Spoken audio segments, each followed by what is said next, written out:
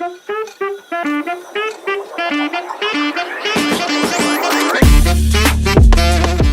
does it look funny? Oh, no, it's the one with the QR code. Do we have a better one? Jasmine, QR code that I have. it'll What's wrong with it? Yeah, I think it's zoomed in. change it the size or something. Do you It's wanna like a just square take it version. off, Is it in or Canva? it should be in Canva. Yeah, it is in Canva. I don't know the cost. What time is it? 6:02. There you go. Let me see if it works. Hold on. Where Our marketing. you said you found the background? People are trying to get in the meeting. I'm getting text messages like, why can't I get in the meeting? One So, like, second, how rude. please. We're in the waiting room. Goodness. Everybody chill out till we're fixing our hair. We are soon. I'm putting on the chat. Just put on the breaker rooms. I'm on the queue. I don't Yeah, know it how to doesn't work. reformat this. The At least we have the picture now on the waiting room. It's nicer than before. right. I love it. When I had to wait for a few minutes, it was nice. Like, hey, shop while you wait. And then join our WhatsApp. I'm like, there you go. Like, it doesn't have the music, but I thought it was really cool to just, sick. And our faces right there. Okay, I'm trying to do everything at once. I'm looking for I'm looking for the other background from another one because it's just formatted wrong. Or at least we know they're excited to be here and see you, Kaylee. They're like, what the hell? Is this the right bridge? I'm like, yeah, comment day. I'm gonna turn up the volume. Test, test, test. Can you hear me okay? Yeah, you sound good, babe. Okay, good. It was like low on my end. Perfect. Yeah, I'm gonna turn it up too. I know I told my family because my office isn't set up yet and I'm in the kitchen. I'm like, just put on your headbuds, go in your room, shut your doors. I'm like, you'll be all right. And don't come out. I know. I'm all like, and if you come out. All right. Well, I guess Kaylee, we're gonna just keep it because apparently it doesn't like me. Or I can just reformat it. I can't. Okay, I can't find the Austin. It's okay. It's okay. We should start letting people in. Just do Yeah. it. Yeah. Put the music. Play the Just do music. It's it fine. messy. It's all gonna be good. It's not about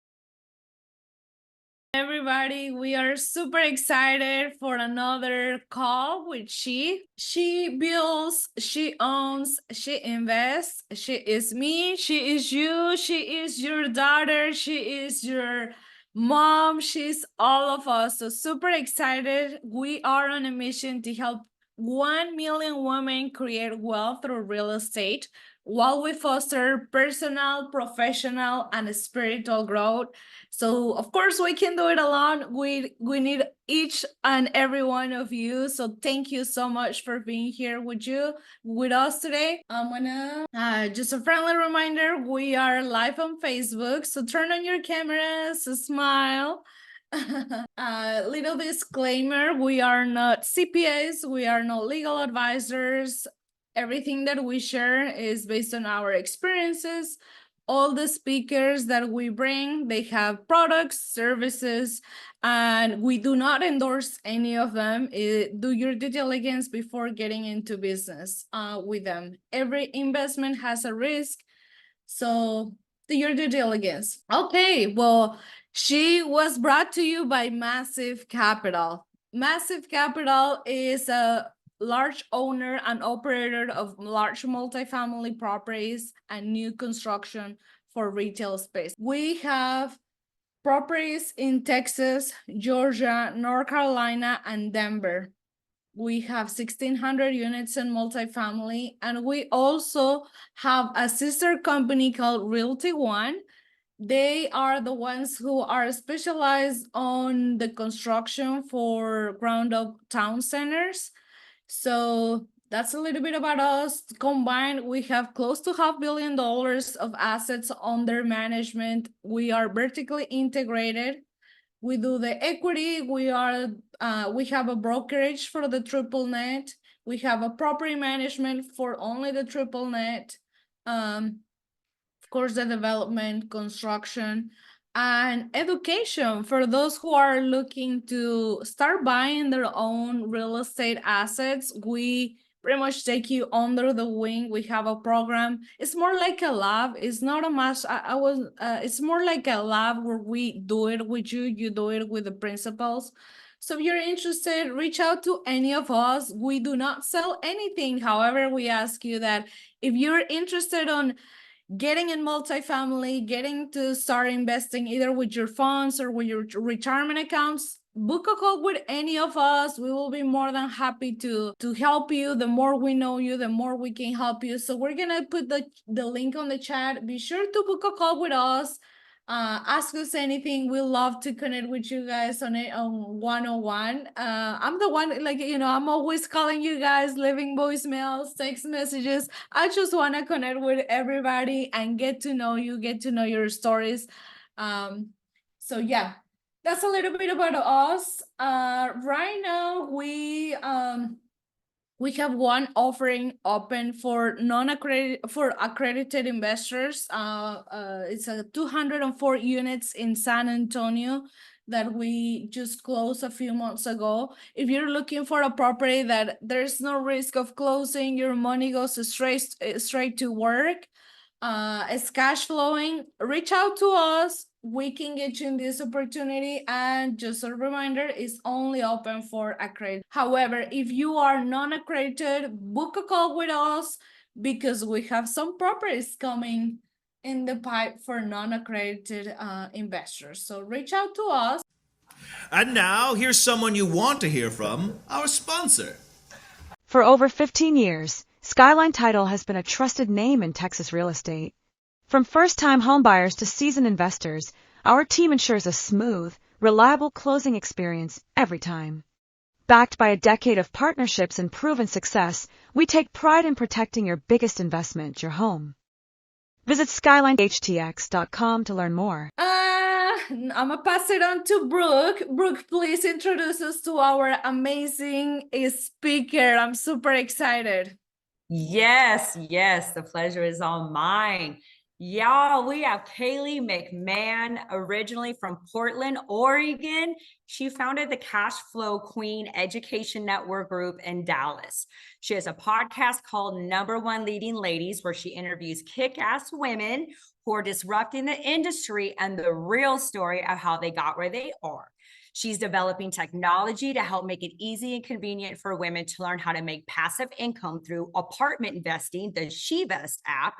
And also, Kaylee has done home flipping, note buying, active investing, passive investing. She goes into apartments. Sometimes she's her own lender.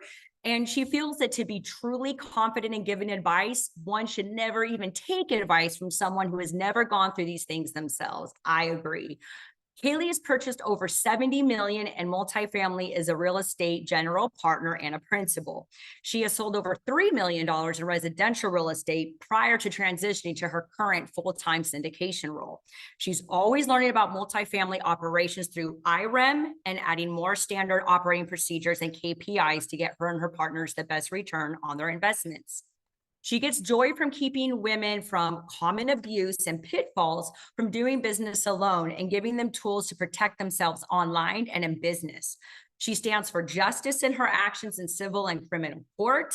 And she is essentially the entire backbone of what gets Kaylee out of bed every morning is her why. That is to create financial independence and a safe space for those experiencing codependency and toxic relations. Her culture models this why. And she is now changing the face of multifamily to bring more women into the light as powerhouse operators, key principals, construction managers, limited partners, investors, and mentors. We will create 1 billion invested by, for, and with women by 2030. So y'all give an awesome round of applause for Miss Kaylee McMahon, aka the Apartment Queen. We're so grateful to have you here, and I'm going to pass the mic to Miss Jazz. Awesome. Welcome, Kaylee. We are super excited. Please tell us a little bit about your background in real estate. Yeah, background in real estate. First off, thank you for having me here. It's been hard for me to find a group of women that are aligned with a mission to, sometimes some of the education's got to be a little nitty gritty. It's not all sunshine and rainbows. And so I appreciate a platform to be able to talk about that part of the journey too. As you just heard, the whole mission, it's got to include some of the real facts, so I appreciate the time and everybody's attention right now. I know you could be doing anything else, eating dinner, being with your kids. So I appreciate it. A little bit about my background, I suppose, directly when it came to real estate. So I've done a little bit of everything, but directly in real estate, I started in the leasing area of real estate and then went into flipping homes. Leasing, then residential agent representing people in condos, houses, bigger houses, and then land and investors. And then bought a couple of crack houses myself with some commissions, flipped those, learned a lot. And then I got into using my commissions for earnest money deposits into my first multifamily properties. And that all happened by asking a lot of questions. And in those multifamily deals, it came with mentorship. It came with other people because I had my butt handed to me with the house flips, doing it by myself. And I knew I needed some guidance every question along the way who had done it before. So I brought those people into my deal as partners, gave them some money up front, gave them some money along the way, gave them equity over time, removed their liability on the loan, did everything I could to make sure that they would be by my side through those first couple deals. So I guess that's a short little trajectory of leasing to buying multifamily. And you've done so many things and are so multifaceted. So let's rewind, because all of us, when we close our first deal, that has probably been the most stressful and the hardest experience is that first time around. So let's hear about that. Give us some feedback on the good and the bad and the ugly on your first time deal. Your first deal, and what our audience can take away and not do when they close their first deal. Not do. Okay. And make sure I hit each of the all the things. Yeah. Because it ain't always rainbows and butterflies, y'all. Yeah, I would say, okay, so first deal was one where I did it on my own, sort of. So the deal would have never existed if my the person I looked up to at the time, who I met through Lifestyles Unlimited, they were wanting to be a mentor for that group. And so it was kind of like their first guinea pig, which was really, timing kind of worked out really well. They were working in Phoenix to buy some deals. And so they were not putting their eyeballs on an area where they already owned assets. And of course, when you own assets in an area, usually brokers will reach out to you to have you buy more deals in that same area because they know that you've figured out the vendors, you're already buying there. So in that situation, I was underwriting a lot of stuff, driving everywhere, looking at properties that were way too big to take down by myself, like dreaming, I'm going to go take down 224 units, like by myself. So ego for sure. So in that situation, this was something that after about 2 years of going to conferences, everything that ever was out there to figure out how everybody else underwrote, how everybody else did deals, trying to learn their mistakes, but not a lot of people wanted to talk about it. So I wish they would have. But after about a year and a half, almost to 2 years, he had a deal that he couldn't go after. And it was right next to another one he already had. So he had said, okay, look at this, go underwrite it yourself, see if you like it. But I already have the construction management out in that market. I already have a manager out in that market. I already have storage. I already have like scales to some level. And so we can partner together to where that'll help you have people basically pre-trained to work with you. And I thought that was a great idea. So that deal ended up being, like you said, very difficult. But now looking back, some of the difficult stuff I'm dealing with now from not doing the harder stuff up front, those are great problems to have. Like, I can't raise money, or like, oh my God, I can't find a deal, like first world problems. You know what I mean? Like, it's not that bad. So yeah, it's like a little stressful or whatever. But anyway, looking back, it's like, that's the good stress part. It's like, let's go do this. But in getting into that deal, if I could have replaced myself in the shoes of the person who I was really looking up to, I would have, if I was him, provided a little bit more guidance into the legal structuring of the companies, and being very careful and making sure I'm also being mentored on the financial part of our partnership, making sure that I'm being mentored on. So if he was really looking at me as a person, realizing, oh my God, this person's going from owning their own company, but as a sole proprietor, not someone that has partners, or not somebody that has certain accountancy policies. Like, I have a Office Depot level of accounting degree, you know what I mean? And so really looking at the whole me that's there, and realizing sometimes you don't, well, a lot of the times you don't, I'm not a CPA, right? And so if you have weak spots, then you have to make sure to bring those people in, get more help from them, or maybe bring in a partner, for example, that has that acumen. It's always good to have balance. And so I just thought that I could do everything. And I ended up doing everything in my first 2 multifamily deals. And that's what caused me the most pain at that point in my life, is because you cannot be the treasurer of the company. You cannot be the CPA of the company. You can't be the construction manager of the company, the acquisitions, the dispositions, the tax matters partner, the, I don't know, supply person, the, morale and the tacos person. Like, you can't do it all. And especially this property was 5.5 hours away one way. So it was quite the haul to get there. And I also didn't understand that what I really needed to do is, when I have properties that are that far away, I just would have, if I was in that person's shoes, I would have provided a little more mentorship on like the holistic picture of what all the skills that you need as a team to be able to have a successful business in general. It doesn't even matter if it's real estate, but just business, because I didn't have all the business acumen going from a sole proprietor to like a group member managed and manager managed LLC. So I did some things in the beginning that, I wouldn't recommend doing, such as listening to that person that you trust that says, oh, I hire these attorneys all the time. Like, they do all my agreements, like just sign it or whatever, and it's like, no, you need to read every single word, and you're not even going to understand every word. And so thank God, when I'm talking to you right now, this is fast forward like 6 years later. So we have AI tools that can even help you with this. So if you don't understand legalese, you can at least go get a free trial of spellbook.com or spellbook.ai, and this is something that's made for lawyers. So they'll do a call with you. But point is if you really want to pay for it, it's not that expensive. Or if you knew a firm that uses it, you can drop in agreements, and it will basically convert legalese into English. And it will show you like, what does this actually mean? Or if you're always supposed to redline something. So listening blindly to that advice, like, oh, you're just supposed to sign it, No, someone creates a contract and it's always in their favor, and they're really, it is not, your lawyer's not as good as you. I'm sorry. They will never say, oh, well, maybe they're going to have these financial struggles down the road, or maybe they like don't have a trust set up, or, you know, maybe they are not very good at negotiating, so they're going to need a mediation set up ahead of time, or maybe whatever, you know, like um they're not going to look out for you like a parent or like yourself could, you know. So not only reading the agreement, but also asking questions, understanding, and then using some tools and some other people like me to say like, well, what are they talking about? Because for example, all these syndication related contracts, I mean, they're really just like an operating agreement, articles, or I mean, really it's the operating agreement and the ppm.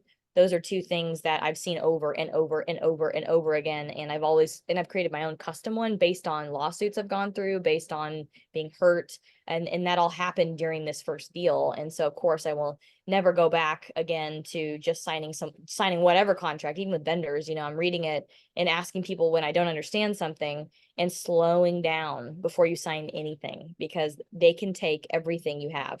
That's how America works. Like you can lose a house, you can lose all of your bank accounts, you can lose everything just by signing something that you don't understand. So it's really important to understand everything. Also, I did do a good thing I'd recommend doing again. They did, even now moving forward, as I'm dealing with bigger problems, they'd set up our LLCs really well to where you have a company LLC that is a member managed. So that's where all your investors and your deal goes into. That holds your goodies, like like your asset that people want to take from you. And then what happens is your goodies are over here and you're not in that company. You're in a separate company, in a manager's company. So if you piss someone off, they're coming after an entity that doesn't own anything. It doesn't own any, you know, obviously if the deal is making cash flow and it's paying the managers a fee or something, yes, that will pass through that entity and then go to your other bank account. But there's nothing in the manager's account for them to take. So they did set that up really well. And I would definitely suggest, I've set up Wyoming LLCs, so they can't be searchable. I've set up a trust. I've set up all kinds of things. And net, you want to make sure that you're setting it up for protecting yourself, but also making sure that they're all manager managed. I just to learn some stuff. So that's something that was set up well. And so some of those companies I still have now that I reuse on my own, because I was the only sole member in those, and they were created in a good way, like unidentifiable. You know, they were good. Another thing so that was the good part, I suppose. And obviously I was like really excited. A good part of doing your first deal is being able to just use your enthusiasm to get shit done. So my enthusiasm, I wasted a little bit of it. Again, I admitted I had a huge ego, you know, and so I was very offended by like the broker we were working with that called me names and like, you know, made me feel like crap. You know, what kind of amateur bullshit is this? You know, who do you think you are? And so I got upset. And then me now, I'd be like, oh, okay, I'm just gonna talk to your boss and you're not gonna email me anymore. That's it. Like there does not need to be any waste of people that do that. And there were a lot of people in that transaction, because first time seller, first buyer, broker that was like a little young guy, you know, like lots of energy going on, but like not a lot of professionalism. And also what I wouldn't do again was I picked a partner in that deal where I was in a situation in my life where I was so gung-ho to get this thing done. I would do whatever it took. And also I had leadership that was telling me, are you going to do whatever it takes? Like if you can't close this deal and you have to get like a second mortgage on your house to find a little bit of money to finish it off, are you going to do it? You know, and I'm like, yes, you know, yeah, I know. So I was like, yes. So I was in that mindset of doing anything, but, and I did. And at a huge cost to my well-being so 2 years into the deal, like I was doing everything. And so, yes, I'm energetic and it's going okay. And then we get through the construction, it's done, the value's improved. And now it's like the sale, time to sell it basically.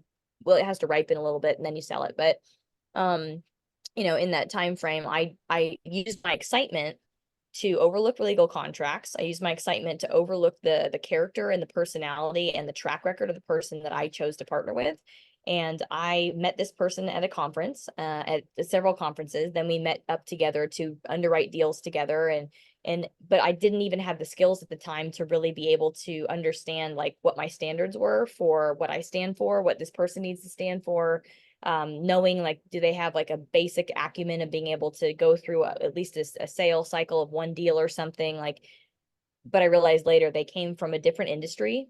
and they had industry hopped over and over and over again, starting new businesses, taking money from someone, starting new businesses, taking money from somebody. And so when you have someone who is as loud as I was as like, I would just throw up everything on these people, this lady, about my family life, my home life, like all the struggles I went through, all the weakest things that I have, so they could use it against me later. And they did, and so because of my excitement, I should have used that excitement to negotiate, use that excitement to celebrate later, use that excitement to raise the funds, but not to overlook the legal contracts and overlook the partnership, because those were the two things that later on shaped my stress level, that shaped my ability to sleep at night, it shaped panic that I had in my life, so I would definitely ask somebody that makes operating agreements all the time. But still, I would tell you that if you partner with a shitty person, the deal's still going to be shitty anyway. So even if your agreement's like perfect, all that's going to do is it's going to, instead of have a 2 year long lawsuit that you're going to drain all the money from the entire bank accounts of all the deals for investors, maybe it'll shorten it. Maybe it'll make you be forced to go to arbitration or whatever, and then you settle outside of court. But I mean, that's better, right? But it's still, if you're dealing with a shitty person, like, you're going to deal with shitty stuff. So I've learned now, looking back at that horrible part of that deal, and of course that was also my reputation that got affected, and I brought my family into the deal. I brought my friends of family. I brought my parents from college, their parents and their IRAs into this deal. And thank God I was able to let go of my ego enough towards the end to let them take over and let them pay me a settlement and let the investors get their 2x and walk away. But I mean, I built the whole thing, so it was really hard for me to do that, but it was better for them to do that. So it ended up working out fine, and real estate's really forgiving, and the market was awesome. But my investors I still talk to now that were in that deal, were like kind of blown away by like how dramatic it became at a point in time and how crazy it was. And they're like, man, if it wouldn't have blown up because of that drama issue, we would have gotten a 3x or better, and I'm like, I know, but at least we're all okay because I walked away early enough. But yeah, it didn't have to be that way. And now I realize that there are things I knew on the back end of getting to settlement with that person that I could have researched on the front end and could have made a decision early on, even if I was under contract, even if I was already raising money and I needed someone that had like a little more liquidity, net worth, experience, whatever it is that you're taking that person on your team for. There are plenty of those people out there. Like, I didn't have a mindset where I knew I could find somebody else or get another extension or like do something, but it has to be the right person. I was just like, anybody, and I also kind of expected the person I looked up to, not mentor, but the person I admired that was leading me through all this. I kind of expected them to do some level of vetting of this person or to ask around in the industry, like, was this going to be someone, because they were also going to be in the deal with us too. Like, I thought that there'd be some level of, no, not at all. And so now I've realized that I have tools that, you can pay basically like an expensive trial attorney's fee worth of money for an hour of their time. Stealth organization, legal organization can put together a blueprint of the person's online activity. Like, imagine if you had a stack of files for anything that person's ever done online, like even on the dark web, like things that they're getting away with that they haven't been sued for yet, people they're abusing. I mean, there's unlimited things you can find out. And when you see the character and their repeated behavior patterns, you just better know that you're the next one, in that decision-making process, because their character is not going to change. You're not going to change them at all. So if I would have done that work up front, I would have said, well, I'm going to try to find someone else, but I didn't. I just was desperate, I guess, is what probably came across was, I'm so excited. I just want to get this deal done. But then you've got 5 years plus in a marriage with this person. And, if they're spiteful, if they're jealous, if they're ruinous, if, whatever, like, that's not going to go well. So I wish I would have done a better job at vetting the person, their professional background. I always have a rule now, partners, vendors, anyone that I pay any money to or transact money with, I want to know 3 of the people that they have done this exact same thing with, and I want to talk to them. And so like even my lawyers, even like any partners, I want to talk to, especially when a deal's gone wrong. Like, this is kind of cheesy because I've been through this stuff. And so when something like this is a big deal for me in my life, I had to go through like a settlement process. And so the case was dismissed, and I keep a little binder. Like, this is so stupid. I keep a little binder of like a new partner would want to know, like, dirt on me or whatever. So upfront I disclose, I'm like, here's the only thing you'll find. Here's the people that were in that deal that we're now in contact. Here's the other partners that were in that deal. Here's the other deals I've done. Here's some LP contacts. Like, I try to really give them some good references to call like right up front. Like, cause I've had someone be like, oh, no, it's not a big deal. I'm like, just look at it. Like you can't say I never gave it to you, you know what I mean? Because it's important to me, like that's how I want to be treated, full disclosure, you know?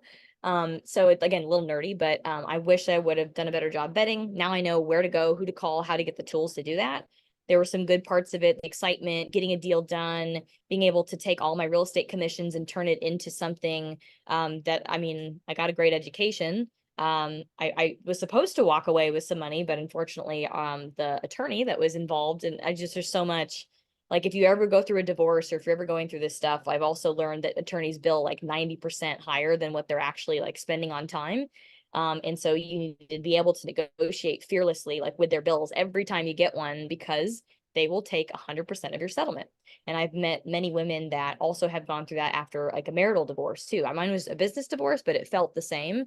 And it financially hurt me the same, you know. So that would be something that, you know, make sure that you know how to kind of fight with your attorneys. And eventually, like I've had several that like after 9 months of working with me, they're just going to quit because they're tired of getting beaten up, you know, but like, I'm sorry, I'm not going to overpay, and I'm not going to let you bill me for calling your mentor and conferencing with them because you need advice. So anyway, learned a lot in that deal. And then I would say like the ugly of that, going back to those points, would have been that I brought people into this deal and I had full intentions of doing the right thing.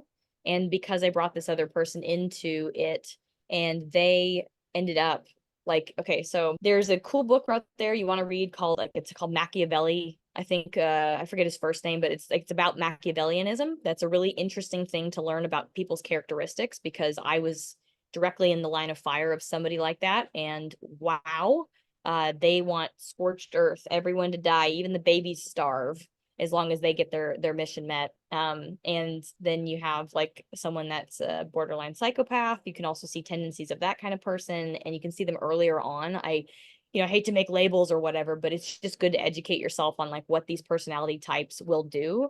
And so you can also protect yourself earlier on if you did get into something with them, you know what I mean? So didn't know how to protect myself. Again, the sharing and the oversharing and the continual oversharing was a problem that really opened me up for exposure. But yeah, so I'd say learning about different personality types like that are really important. And why I'm making this sign is because like I cross paths with the dark triad, you know, the Machiavellian, narcissistic, and borderline psychopath. So they were able to, borderline psychopath is someone that can turn on the charm and turn off and turn on the crazy, like at a moment's notice.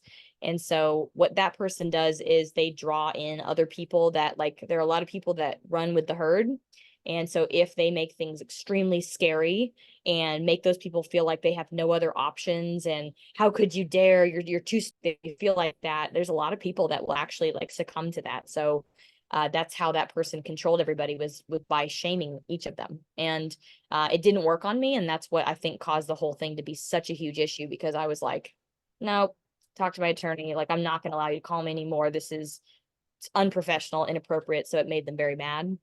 And the way they got back at me was by destroying relationships that I had with my friends' parents, that I had with my family, that I had with other people that I had built relationships with. And so it was really tough walking away from that, having it get so ugly. Yeah, Susie's got it.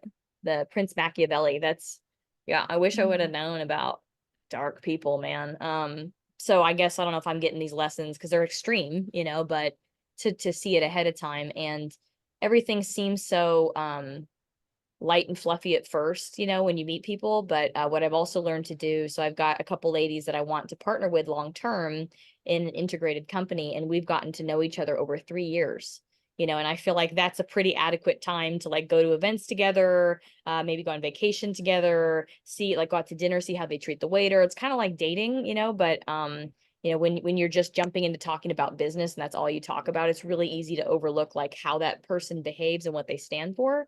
So, you know, I just take a lot more time now, and I'm okay with being alone. I'm okay with not saying yes. So yeah, that ugly was pretty ugly, but luckily for me, in all of the chaos, I just tried as best I could. I gave in twice, but I tried as best I could to be professional, to just respond, to not lash back, not lash out, not let that like ruin who I am as a person that believes in possibilities and believes in the good in people. And even though I've seen the worst of the not good in people, it's like, well, I'm just not going to react to it. So I tried for like a year and a half not to react. And I did a pretty dang good job. And so it wrapped up. And I was hoping, just like if you have a divorce with children, you know, the more stable parent, the kids will always go back to that parent, you know. And so what I was hoping to do was to just be professional, to be honest, to do the right thing, and then hope that those people would come back to me. And not all of them have, but immediately, like as soon as that settlement happened, I went on a walk with like 3 of those investors who were like, wow, like I don't know how you couldn't see this, Kaylee, but I saw it, you know. And I'm like, I don't know, I just was too optimistic, and I needed someone that was going to poke holes in everything I do. And I definitely need a pessimist in my life. And then over time, I've noticed that some of the others, they've come back to and just made a comment like, you know, I'm so sorry that I never called you and I never asked you what was happening or what's going on your end. I was so overwhelmed by all this pressure and threats and whatnot that I just I didn't check in with me. So it ended up, you know, ending, and like I said, everybody got 2x their money, but that was ugly, that was bad, that was wild. I learned a lot of lessons, you know, about when you have your operating agreement, make sure you read and know how you're supposed to do your accounting.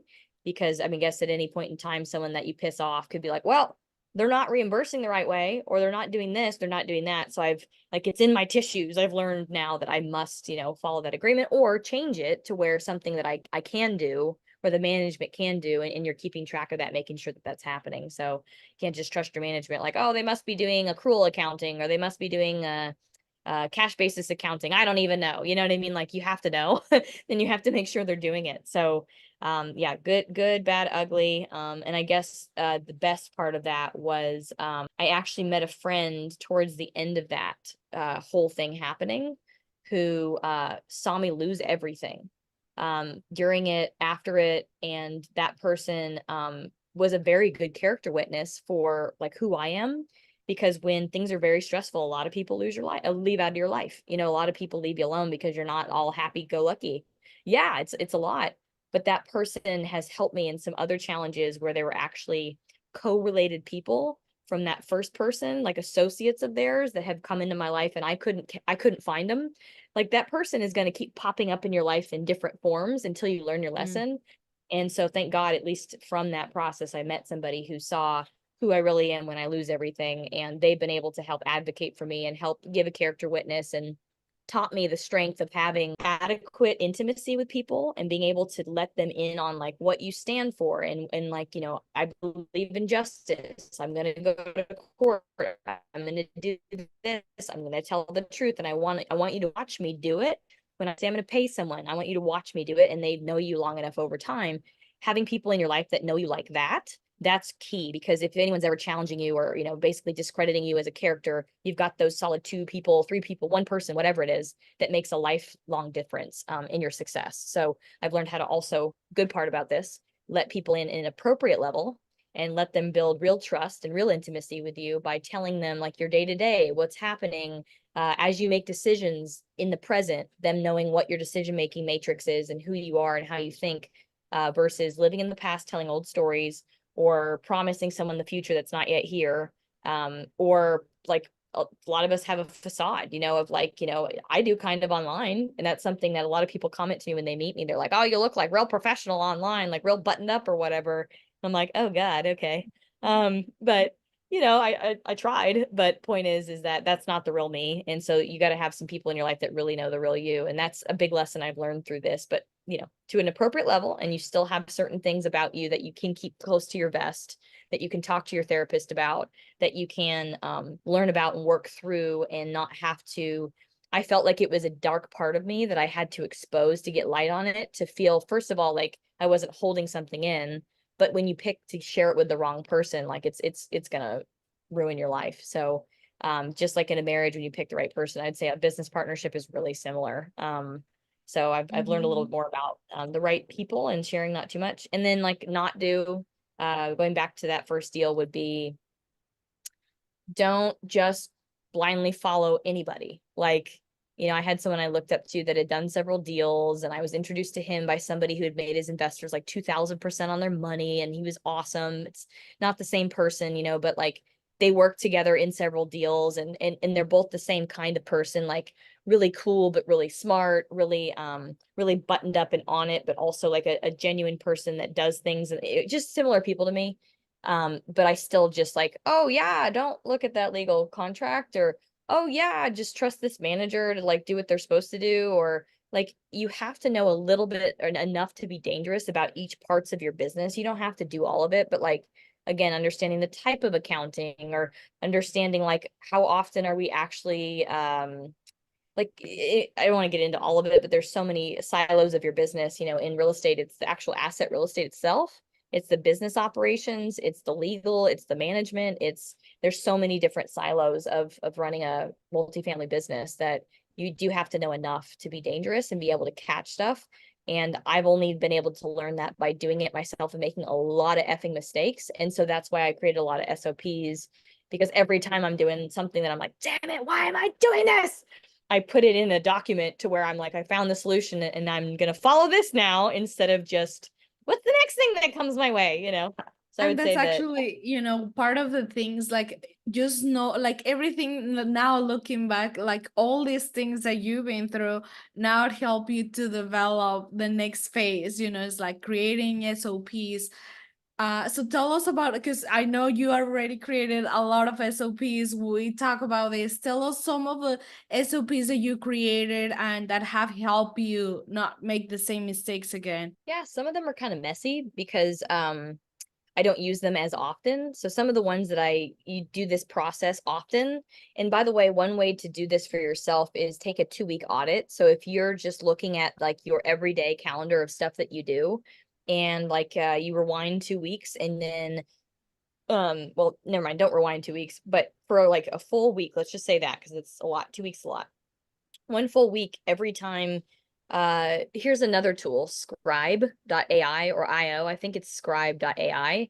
It's a tool where AI is able to, so I used to hire people to do this, and now you don't need them anymore, but it basically takes the transcript of what you're saying, and then if you're trying to explain something or you're screen sharing, it takes a video and it plops it into this process, plus takes your transcript, tries to bullet point things and make it easy for someone to follow, like a checklist. But so a lot of my SOPs are kind of like, I hired people, we would book an hour plus to like just have me blab through that time audit that I did for that week. So that time audit's like, oh, for an hour I property manage, for an hour I do financial accounting, for an hour, you know, and so then I would go hire someone to interview me for an hour, and I would walk them through all the screen shares of like everything I'm doing. So that's really what I did. But then we've changed so many times the CRM, so many times like the way that we do ads, so many times. So the SOPs that I have that I think are pretty buttoned up that haven't changed a lot have to do with management. I definitely use my management SOPs as a template. I have a, let me tell you, management meetings, money raising, need my glasses. So I've got one for like our investor portal. I've got one for hiring people, one for landing pages. We do a launch schedule before we do events. Let's see, due diligence process, deal structuring process. I do a lot of really creative deals with tenants in common, with JVs, with pref, with mezz, you know, whatever makes it the deal work. I'm creative with that.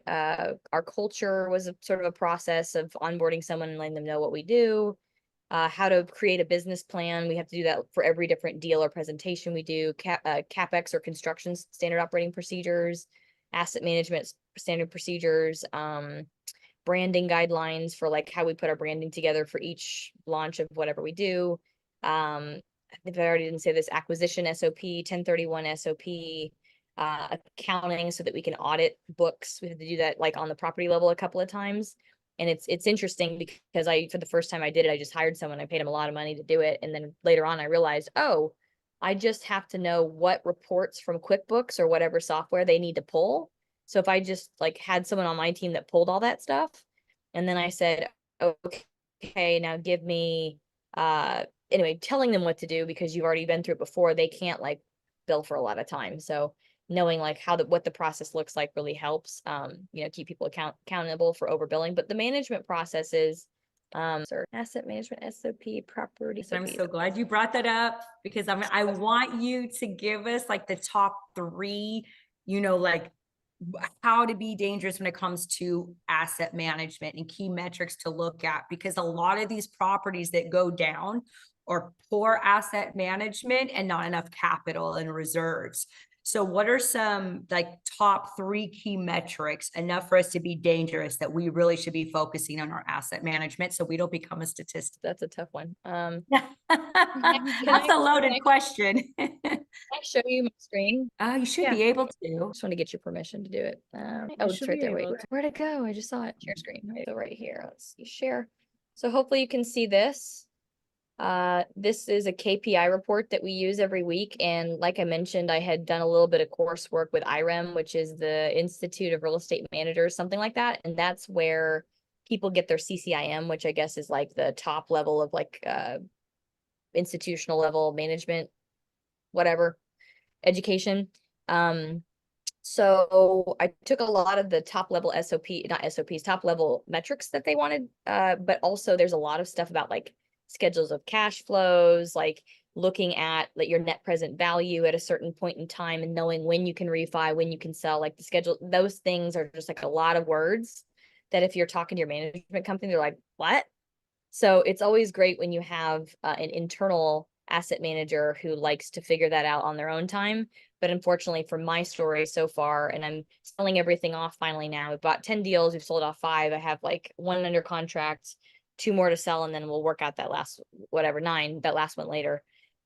So this has just been something I can use as like language to talk to the property manager about all the metrics that matter with the management. So let me go. So this property right here, I don't know if you can see it. It started off, what's the occupancy? It started off at 10% occupancy. Wow. And this was when we got it to 34%. We had, oh my God, we had a fire, we had embezzlement, we had a lot of stuff go on here. And I took it over, removed everybody and came in. So if you fast forward a few months to now, we're at 57, but we're really at 62. They just have to move in this week. So what we do, let me zoom out, for the top, I wouldn't say top 3.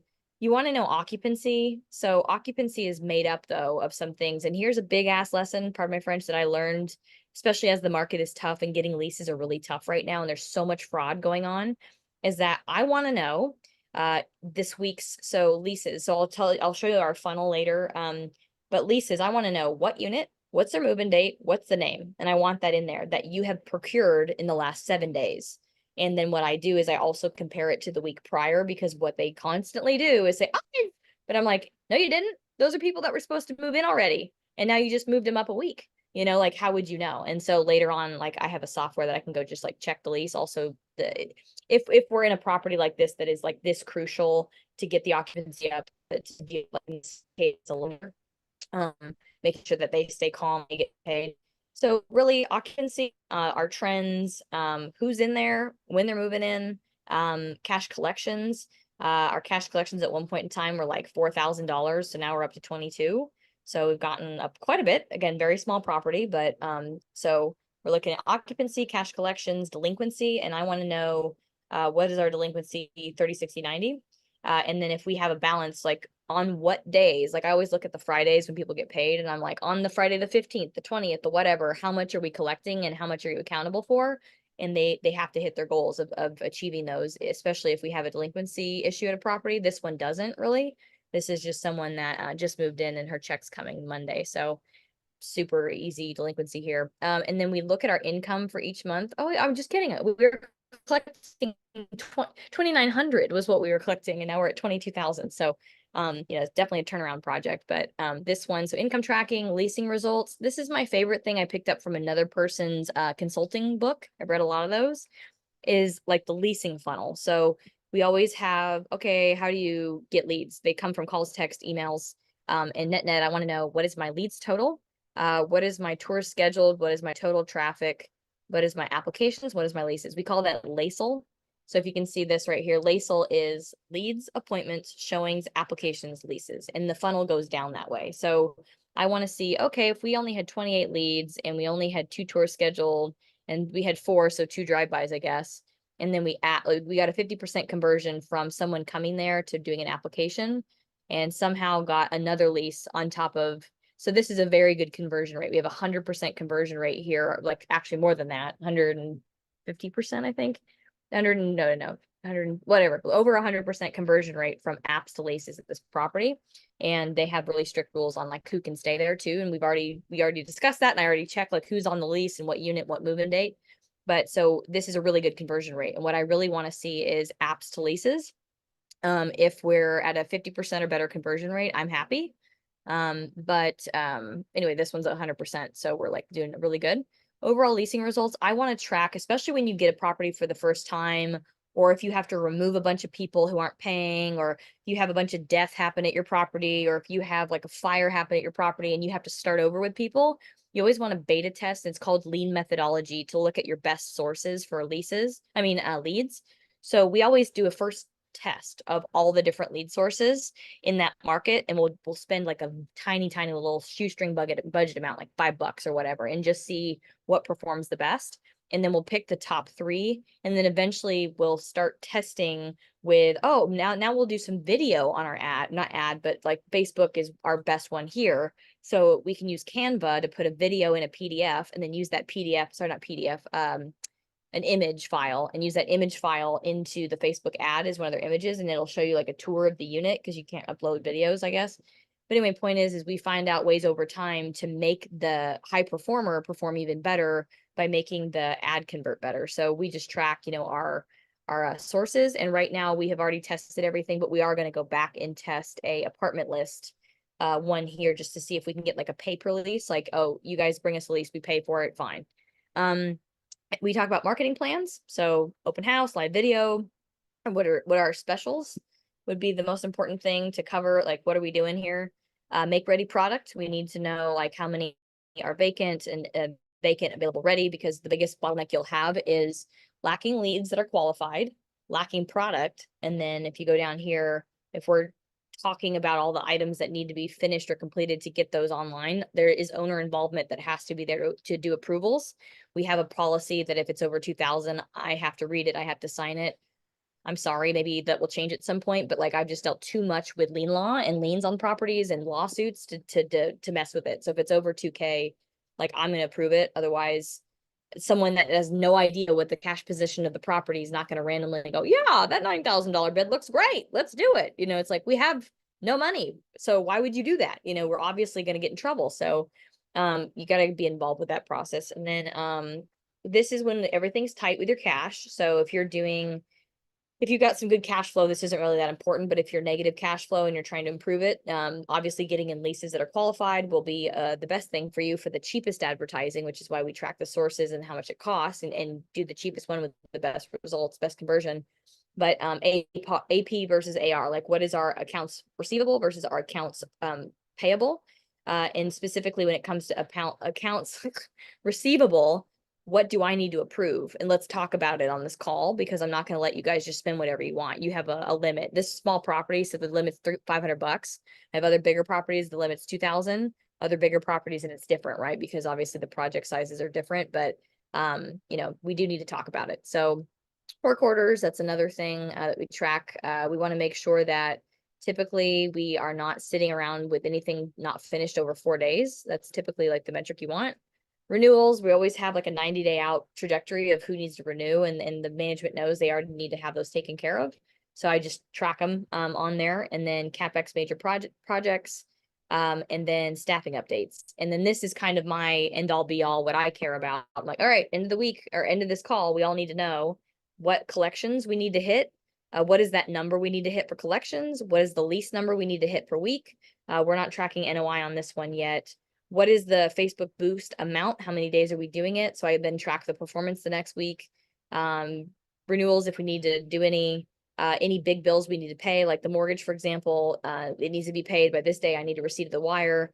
Payroll, like any big things that we need to make sure are completed this week. I just do this in like one little block here of mandatory goals for the week.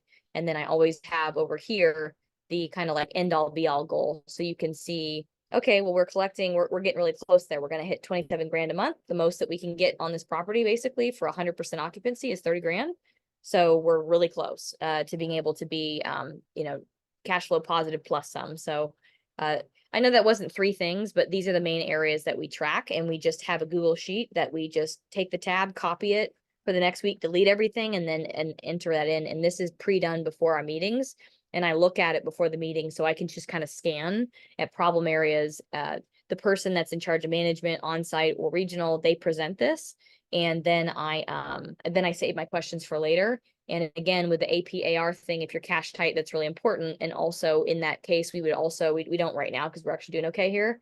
We would also go over budget variances. So we would have a budget, and we get it, once a year, twice a year. Basically, let's just say once a year, we get a budget, and then we have to stay at that budget. And the budget variance is a report that you pull that shows in red the percentage up or down from like the budget that you're supposed to be at. And if that was in here, then I'd have the manager who's speaking specifically highlight and talk about the budget where we're over budget, why we're over budget. Did I approve that? Because it's supposed to be in the approvals. And time to time, like I had to do this recently, we're like not going to be able to pay a mortgage because they racked up these bills last month of like 9 grand. And I was like, did I say that was okay? No. So it sounds like you're going to pay 100% of what we collected to the mortgage, and you guys aren't getting any payment for your salary until you go collect what we haven't collected yet. So guess what? They went and collected the last 4 grand. They paid themselves, right? And we were also able to pay the mortgage, but like, they didn't follow the approval process. So sometimes I have to be a little tough. But that is what it is. So those are the things I track when it comes to like weekly management. And those are KPIs that are really important. Is that LASAL one is like one of the most importance to me, because you can quickly see in those LASAL, those like 4 acronyms, where the bottleneck is. And then you talk about it and you're like, what's the deal? We have 75 leads, and that should be a conversion of at least 10% to leases. Why are we not getting 7.5 leases a week? What is the part that's the breakdown, and how do I need to fix it? Because usually it's then a me problem. And the asset manager I guess in this case, the asset manager, their job is to solve the problem, because the people that are stuck with the problem, they can't fix it. They need help. So those are the important ones. There's so many comments. Oh, sorry. Go ahead, Jazz. Sorry. Go ahead. No, there's so many comments on the chat. Everybody love this. This is so detailed. I do asset management for 2 small properties that I got before Massive Capital. So this is really good.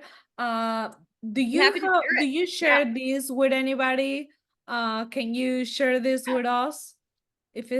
I can make a copy and then send you a link, or like well, maybe I'll do it like this. Maybe I'll download it and then email it, and then you guys could just take it as an Excel document and then paste it. I use it in a Google Sheet because my manager, she's live putting it in there, and so sometimes I have to correct it on the call, or sometimes anyway. So and I don't want to like lose. Just share it with me, and we will include it with the recording. We will be sending the recording on a couple days, and we will make sure you guys include it. We will include it. Awesome. Well, we're close to the time. Guys, do you have any there's so much more. I know.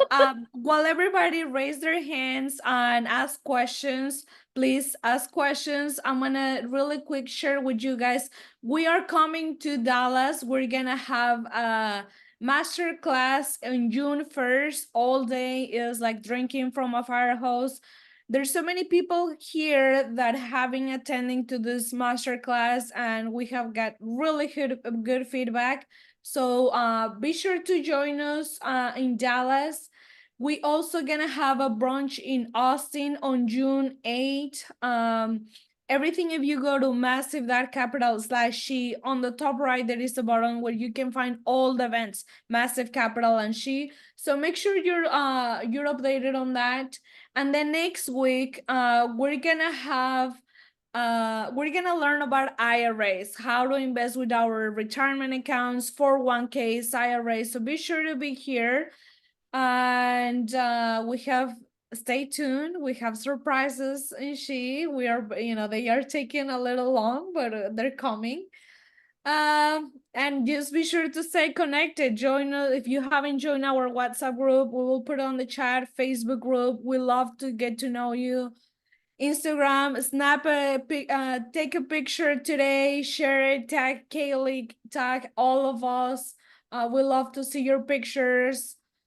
We have merch on the website that you can purchase. And do we have any questions? Now I'm gonna shut up and ask you guys if you have any questions. I do want to say something really quick. I did see a question coming back, but one thing that I want to emphasize that Kaylee hit is that your job is to manage the property management. Your job is not to buy an apartment building and let the property management team just, oh, I'm good. I have a property management and they handle everything. No, no, no, no, no, no, no, no. Your job now is to manage that property management team and ensure they're executing your business plan to the T.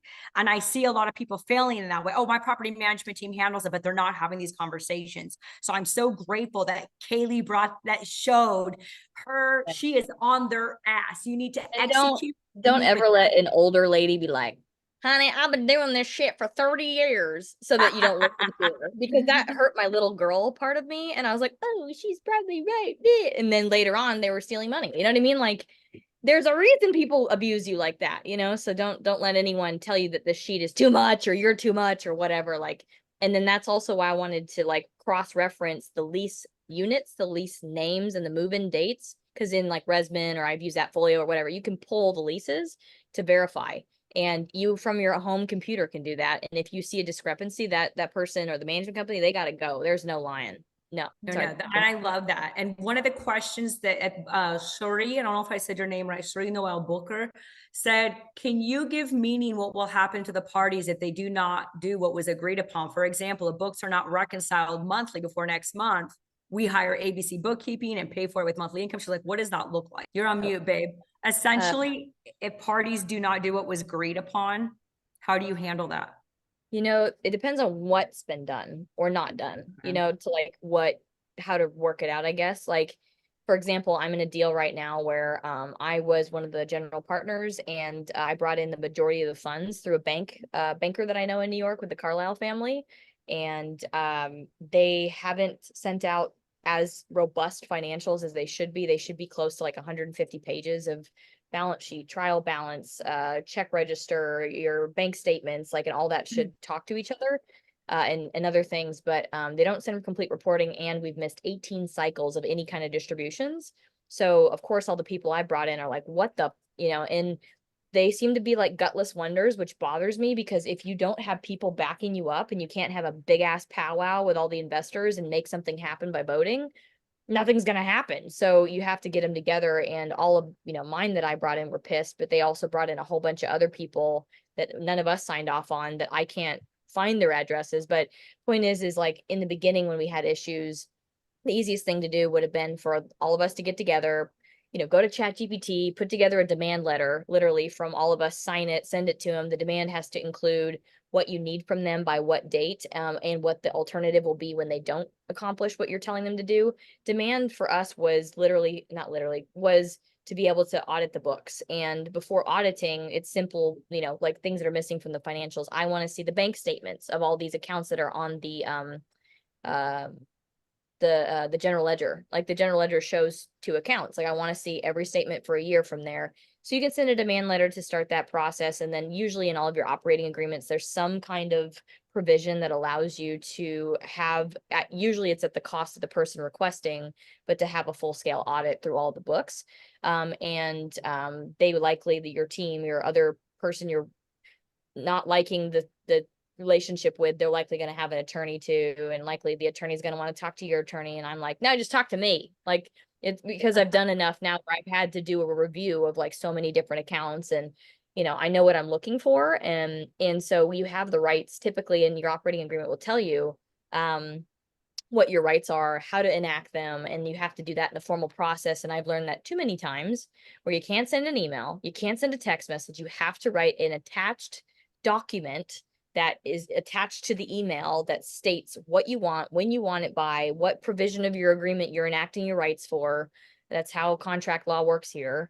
And if they choose to ignore you, you can send a couple more demands, and then you have to get an attorney involved. Unfortunately, if they're not going to listen, that's been something I've had to do. But the more people that are having the same complaint, the more powerful it is. And I've gone on the SEC's website to do complaints. You know, there's a whistleblower program that they have. For example, if you get so far down the road and you got lawyers calling them, you're sending notices and letters, and you know, you're just trying to avoid a lawsuit, or well, at that point it became a lawsuit, and then it was like they're still not doing anything.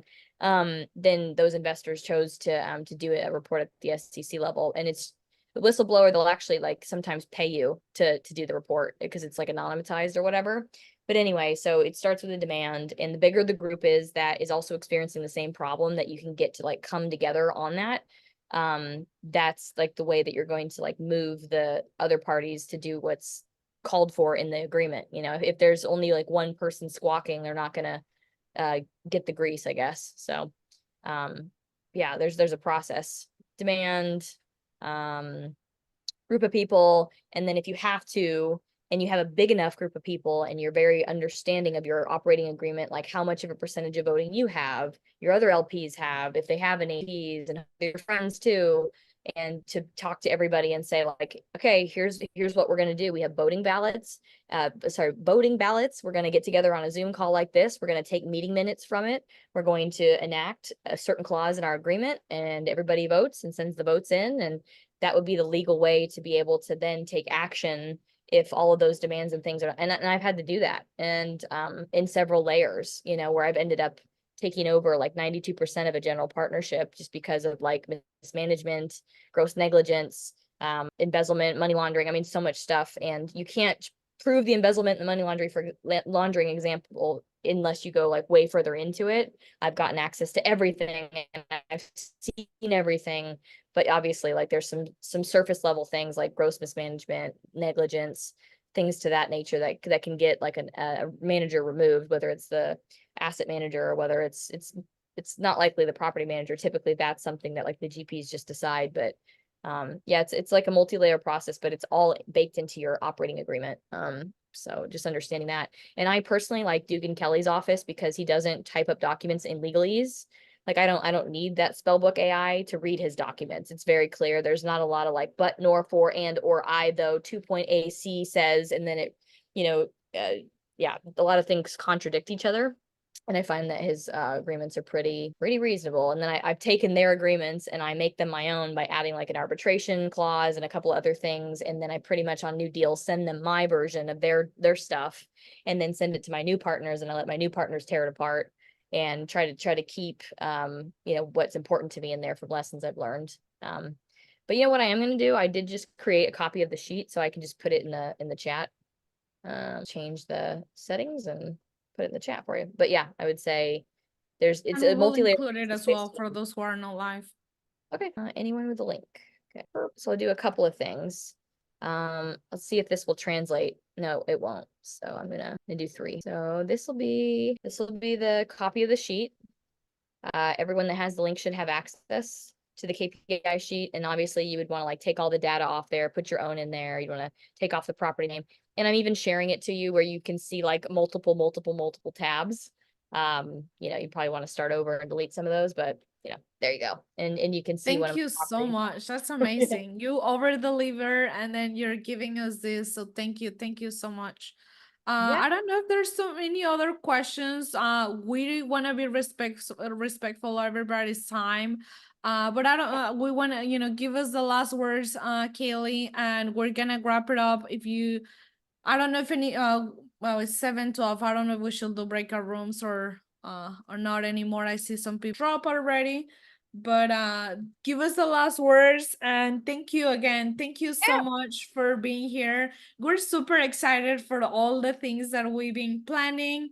Stay on the lookout. We are planning some events together. Kaylee is on a mission to, you know, invest 1 billion for women, and we are on a mission to help 1 million women create wealth through real estate. So, you know, of course we need to unite forces. We're super excited, and thank you again. Thank you so much for being with us today. Yeah, anytime. Like there's just so much stuff up in here. So before I die, it needs to come out, and most of it's in those processes. But you know, of course, this is hopefully another avenue to share. I'm going to drop 2 links for you guys in the chat. One is going to be for my YouTube channel. I've decided to start I've gotten a lot of comments about a lot of the videos that I did, like, oh, I didn't know that worked that way, or like you took me on a property tour or whatever, but like by myself. So I don't have pressure of other people judging me. So I'm showing you, like the real, you know what I mean? And YouTube also provides me a way to protect myself because on live videos, I tend to over talk and share too much. And if people know your chess pieces before you've placed them somewhere, like your game is done, So YouTube gives me a way where I can take a video and decide if it's the right time to post it, or if I wait a little bit, or if I need to take something out and post that piece later to protect myself. So no one can protect yourself like you can. So I'm going to drop the link to the YouTube channel because once I hit 1,000 followers, I'm going to start investing a lot more time into taking the videos that at this moment I am recording and putting them out there for you. So please subscribe to that channel. I just need 800 more people, like 700 today. So if everybody join or subscribes, then that will make it much better for that content to get out. And then also, if you're interested in looking at our future investments, we also do have the ability to talk on a phone call first. That's how it works. And so that phone call link, I'll pop in the chat below. So two links. One is for the YouTube channel. Please subscribe and like it today, so I can get to 1,000. I can start releasing the content I'm filming now, and then be able to talk to me about your investment goals in the future. I don't have any deals available right now. I've taken a big pause for like 2 years just to jump into the operations of the current ones and fix them. But in the future, might have something. We'll see. Thank you. Thank you so much. Thank you, ladies, for being here. Everybody got a lot of value. And we will see you next week, the first Tuesday of June. So stay tuned. We're super excited. And thank you so much for being here. Thank you, Kaylee. Bye-bye. Thank you. Hi, everyone. Thank you so much. Thanks for your patience. Oh, you're amazing. Oh my gosh, you're just so awesome. Yeah. And I was on mute. I told her like she needs some exit music, like I'm a No. Why boss. am I butt I'm a sitting? boss. Like I know what happened to the music. Sorry, I guys. I know. got too Great excited. job. That was I was listening. excellent. I was learning. Oh man. Thank you, beautiful chicas. Oh, Susie. thank you, Susie. Hey, Yeah, good Karen, I point. see I your thought face. about that. Morgan, thanks for being on video. Thank you, you guys. Thank you.